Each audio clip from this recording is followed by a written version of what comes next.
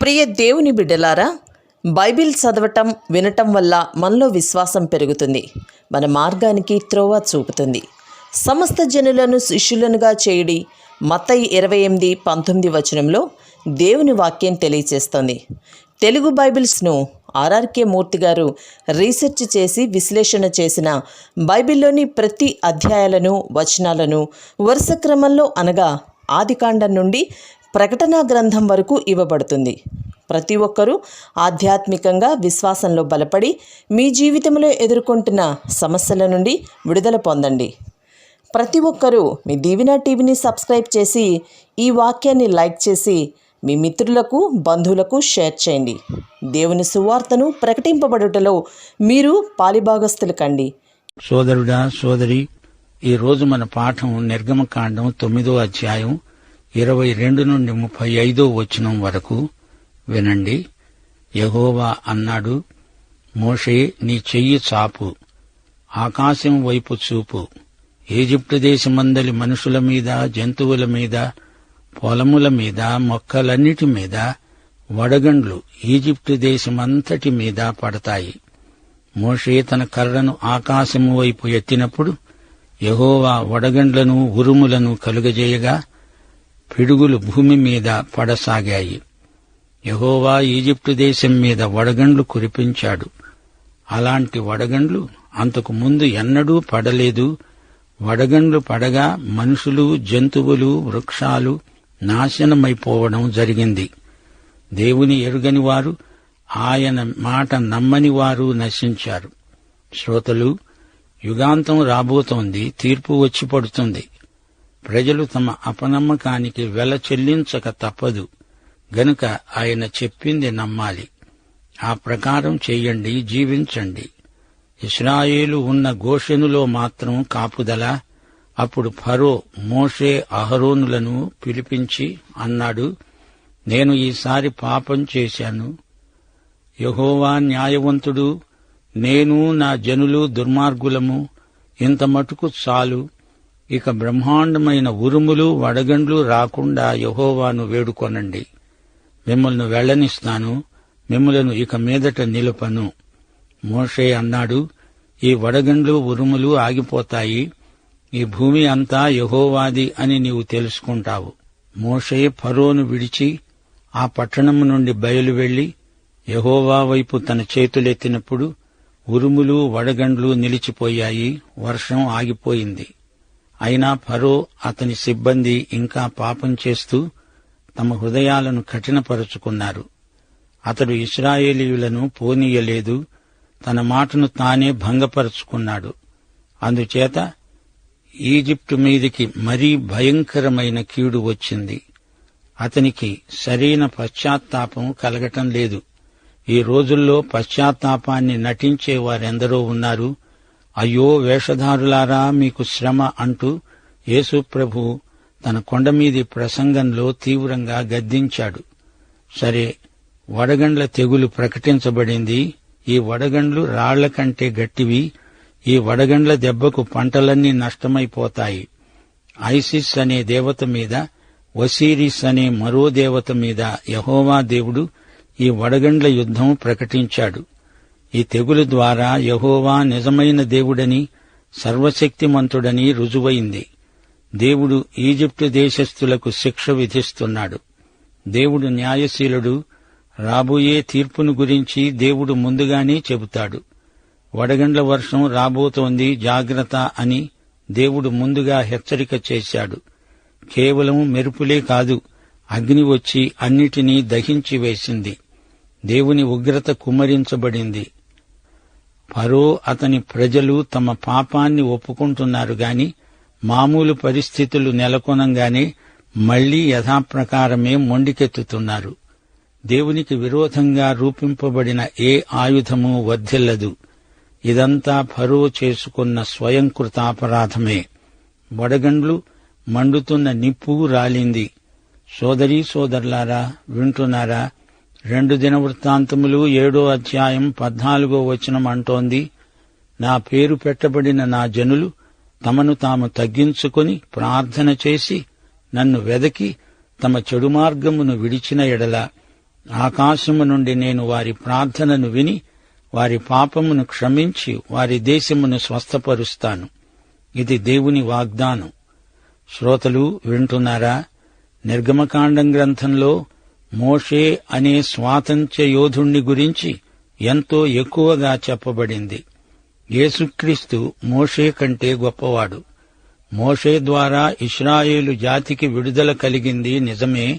అయితే సర్వమానవతకు యేసుక్రీస్తు ద్వారా పాపదాస్యము నుండి విడుదల కలిగింది. యేసుక్రీస్తు మోషే కంటే ఎక్కువ మహిమకు అర్హుడుగా ఎంచబడ్డాడు.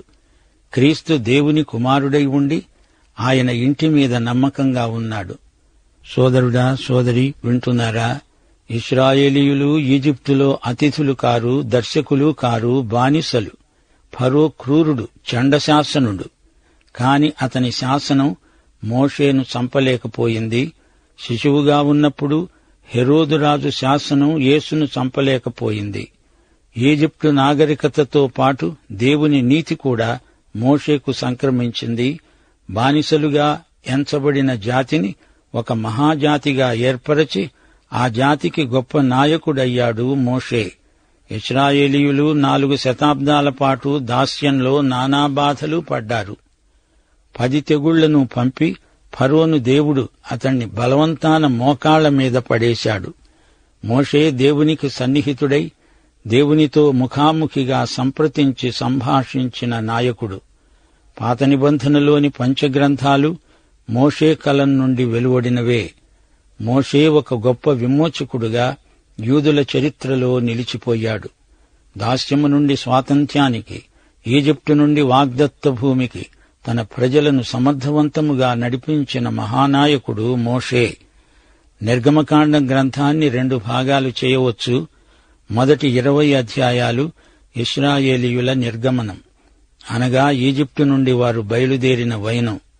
ఇదంతా ఒక ఆసక్తిదాయకమైన, ఉత్కంఠభరితమైన వాస్తవ గాథ. మిగతా 20 అధ్యాయాలు దేవుని ప్రజల ఆరాధన జీవితం. మోషే ఒక గొప్ప నాయకుడుగా రూపొందాడు. మోషే ప్రోక్తమైన ధర్మశాస్త్రం జాతిని క్రమబద్ధంగా రూపుదిద్దే నియమావళితో కూడినది.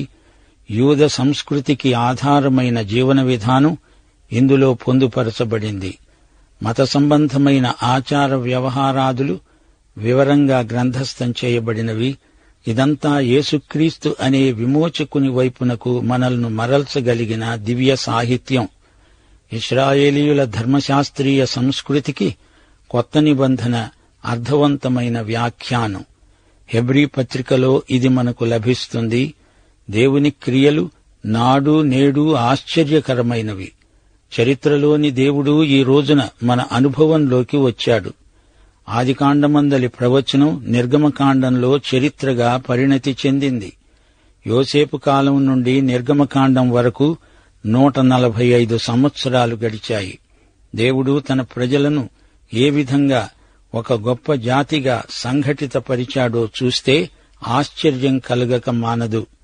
దేవుడు తన ప్రజలను ఈజిప్టు నుండి బయటికి రప్పించి వారికి ధర్మశాస్త్రమిచ్చి సాక్ష్యపు గుడార నిర్మాణానికి సహాయపడి అహరోను యాజకత్వానికి అంకురార్పణ చేసి ఫరోకు శృంగభంగం చేసి యూదజాతికి అవసరమైన జీవిత శైలిని ఏర్పరచి వారి రాజకీయ, సాంఘిక, ఆధ్యాత్మిక జీవితాలకు పునాది వేశాడు దేవుడు.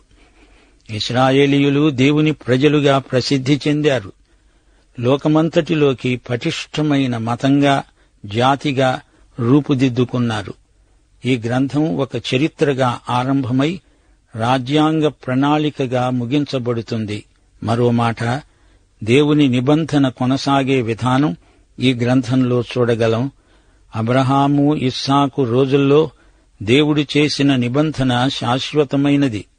దేవుడు తన ప్రజల మధ్య నివసిస్తాడని, వారి దేవుడు నిబంధన దేవుడని పదే పదే మనకు జ్ఞాపకం చేయబడింది.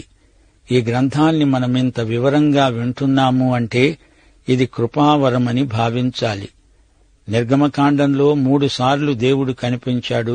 3వ అధ్యాయం 2వ వచనం. మండుతున్న పొదలో మోషేకు దేవుడు కనిపించాడు. అరణ్య ప్రయాణంలో దేవుడు అగ్నిస్తంభముగా, మేఘస్తంభముగా వారిని నడిపించాడు. ఆ తరువాత దేవుడు సీనాయి కొండ మీద ముఖాముఖిగా మోషేతో మాట్లాడాడు. కాలము సంపూర్ణము కాగా దేవుడు క్రీస్తునందు పూర్తిగా ప్రత్యక్షమయ్యాడు. యేసును చూచినవాడు దేవుణ్ణి చూచినట్లే. సోదరుడా, సోదరి, ఇప్పుడు మనం నిర్గమకాండం 10వ అధ్యాయంలోకి వచ్చాము. దేవుడు మోషేతో అన్నాడు, నేను ఫరో హృదయం కఠినం కానిచ్చాను, నీవు ఫరో వద్దకు వెళ్ళు. మోషే, అహరోను ఫరో వద్దకు వెళ్లారు. అన్నారు, ఇదిగో ఫరో రాజా, నా ప్రజలను వెళ్లనిస్తావా లేదా? వెళ్లనివ్వకపోతే మిడతల తెగుళ్లను పంపుతాను. మిడతల దండు వచ్చి మీ పంట పొలాలను కప్పుతాయి, అంతా తినేస్తాయి. మీ ఇండ్లన్నీ మిడతలతో నిండిపోతాయి. ఎన్నడూ ఎవ్వరూ కనివిని ఎరుగనంతగా మిడతలు దేశమంతా నిండిపోతాయి. ఈ మాటలని మోషే, అహరోనులు వెళ్లిపోయారు. ఫరో సేవకులన్నారు, వీరు మనకు ఉరిగా తయారయ్యారు. మన దేశం నాశనం కాకుండా వీరిని వెళ్లనివ్వడం మంచిది. ఫరో వెంటనే మోషే, అహరోనులను రప్పించాడు. అన్నాడు, సరే, మీరు వెళ్లవచ్చు. అయితే ఎవరెవరు వెళ్తారు? మోషే అన్నాడు, ఇది యెహోవా పండుగ. మా కుమారులతో, కుమార్తెలతో, పిన్న పెద్దలతో, మందలతో, పశువులతో మేము వెళ్లాలి. అందుకు ఫరో అన్నాడు, ఏమిటేమిటి? యెహోవా మీకు తోడై ఉంటాడా? నేను మిమ్ములను మీ పిల్లలను అలా పోనిస్తానా? మీరు దురాలోచన గలవారు. మీలో పురుషులు మాత్రమే వెళ్లాలి. యెహోవాను పురుషులు సేవిస్తే చాలు. ఫరో తన సముఖము నుండి వారిని వెళ్లగొట్టాడు. మోషేతో కలిసి దేవుడు జరిగించిన అద్భుతాలు తరతరాలకు కథలై, కావ్యాలై, పాటలై, పద్యాలై వారినెంతో ఉద్రేకపరిచాయి. అలాగే మన అనుభవాలు మన పిల్లలకు మనమిచ్చే వారసత్వమవుతాయి. దేవుడు మన పట్ల జరిగించిన మేళ్లు తరతరాలకు పిల్లలు చెప్పుకునే కథలవుతాయి. అవే వారి విశ్వాసానికి పునాదులవుతాయి. ఫరోలో గూడు కట్టుకొని ఉన్న భక్తిహీనత, దేవ వ్యతిరేకత బట్టబయలు కావాలని దేవుని ఉద్దేశ్యం. ఫరో పశ్చాత్తాపం చెందడానికి దేవుడతనికి అవకాశమిస్తున్నాడు. దేవుడు తన ప్రజలకు తన మహామహిమను ప్రత్యక్షపరచగోరుతున్నాడు. దేవుడు పితరులతో చేసుకున్న నిబంధన ఎన్నడూ వీగిపోదు. ఈ నిబంధనను ఆయన ప్రజలు 4000 సంవత్సరాల పర్యంతం పస్కా పండుగ ద్వారా జ్ఞాపకం చేసుకుంటూనే ఉన్నారు. ఫరో సేవకులు అతనికి ప్రాధేయపడి చెప్పారు, రాజా, మీ మొండి వైఖరి మానండి, వారిని వెళ్లనివ్వండి. ఫరో బేరసారాలు మళ్లీ సాగించాడు. మీ పిల్లలను ఇక్కడే ఉంచి మీరు వెళ్ళండి. చూచారా ఫరో ఆలోచన ఎలా పనిచేస్తోందో? వీరి పిల్లలను బిగబడితే పిల్లల కోసం తిరిగి వస్తారు. పిల్లలు లేకుండా తల్లిదండ్రులు ఎలా ఆరాధించగలరు? అనేక మంది పిల్లలు తమ తల్లిదండ్రుల నిర్లక్ష్యం వల్ల లోకానికి అమ్ముడుపోతున్నారు. ఈ రోజుల్లో ఎందరో తమ పిల్లలను ఈ లోకంలో గొప్పవారిని చేస్తున్నారు, కాని వారిని చేజేతులా పరలోకానికి దూరం చేస్తున్నారు. క్రైస్తవ కుటుంబంలో పుట్టి కూడా క్రైస్తవానికి అపఖ్యాతి తెచ్చే పనులు చేస్తున్న యువతీ యువకులెందరో మన చుట్టూరా ఉన్నారు. అలనాడు సమరయ్యలో శిశుహత్యలు జరిగాయి. ఇది అలాంటి చర్యే అనిపిస్తోంది. మోషే, అహరోనులు రాజీ పడడానికి సుతరాము ఇష్టపడలేదు. ఇప్పుడు మిడతల తెగులు వచ్చింది. మిడతల దండు ఈజిప్టు దేశాన్ని ఆక్రమించింది. ఇంటా బయట అంతా మిడతలే. 2000 చదరపు మైళ్ల విస్తీర్ణం గల భూమిని మిడతలు నింపివేయడం ప్రకృతి వైపరీత్యమే కాదు, అది దేవుడు చేసిన అద్భుతం. ఇది సెరాపిస్ దేవతపై దేవుడు ప్రకటించిన యుద్ధం. ఈజిప్టు దేవతలు శక్తిహీనమైన మాయాస్వరూపములని బయలుపడింది. ఈ మిడతల ధ్వని వడగండ్ల ధ్వనిని పోలి ఉంటుంది. ఈ మిడతలు ఈతిబాధలన్నిటిలో ఎంతో ఘోరమైనవి. అరణ్యంలో పండుగ ఆచరించి వారు తిరిగి వచ్చే ప్రసక్తే లేదు. వారు అటునుంచి అటే వెళ్లిపోతారు. ఫరో సూచించిన రాజీ ప్రతిపాదనను మోషే, అహరోనులు కొట్టివేశారు. సైతాను పాపం చేసేవారిని దాని ఫలితాలు తప్పించుకోవడానికి ఏవేవో ఉపాయాలు నేర్పి మోసగిస్తాడు. పాపములోని ఆకర్షణ మనిషిని గుడ్డివాణ్ణి చేస్తుంది. దేవుడు నీ పాపాలు క్షమిస్తాడు గాని వాటి విషఫలితాలను అనుభవించక తప్పదు. ఈజిప్టు నేలిన ఫరో రాజుకు మారుమనస్సు కలగదు. అతడు వేషధారి. ప్రతిసారీ మారుమనస్సును నటించసాగాడు. మానవుడు చేసే పాపం సృష్టికర్త అయిన దేవుణ్ణి ఎంతగానో బాధపెడుతుంది. నిర్గమకాండం 10వ అధ్యాయం 12 నుండి 29వ వచనం వరకు యెహోవా మోషేతో అన్నాడు, వడగండ్లు పాడు చేయని వాటినన్నిటినీ మిడతలు తినివేస్తాయి. రాత్రింబగళ్లు ఆ దేశం మీద తూర్పుగాలి వీచింది. ఉదయమందు తూర్పుగాలికి మిడతలు వచ్చాయి. బాధాకరమైన మిడతలు భూమి అంతటా వ్యాపించాయి. ఫరో మోషే అహరోనులను తిరిగి రప్పించాడు. అన్నాడు, నేను దేవుని ఎడల మీ ఎడల పాపం చేశాను. ఈ చిట్టచివరిసారి నా పాపాన్ని క్షమించండి, నా చావు తొలగించండి, ప్రార్థించండి. సరే, వారి ప్రార్థన విని దేవుడు పడమటి గాలిని పంపించాడు. ఆ గాలికి మిడతలు కొట్టుకుపోయాయి, ఎర్ర సముద్రంలో పడ్డాయి. ఇంత జరిగినా ఫరో హృదయం కఠినతరమవుతూనే ఉంది. అతడు ఇశ్రాయేలీయులను పోనీయలేదు. అప్పుడు మోషే ఆకాశము వైపు చెయ్యి చాచాడు. దేశమంతటా చీకటి అలుముకున్నది. ఈజిప్టు దేశమంతా గాఢాంధకారమయమైపోయింది. 3 రోజులు అంతటా కటిక చీకటి. ఎవరినీ ఎవరూ గుర్తుపట్టలేనంత చీకటి.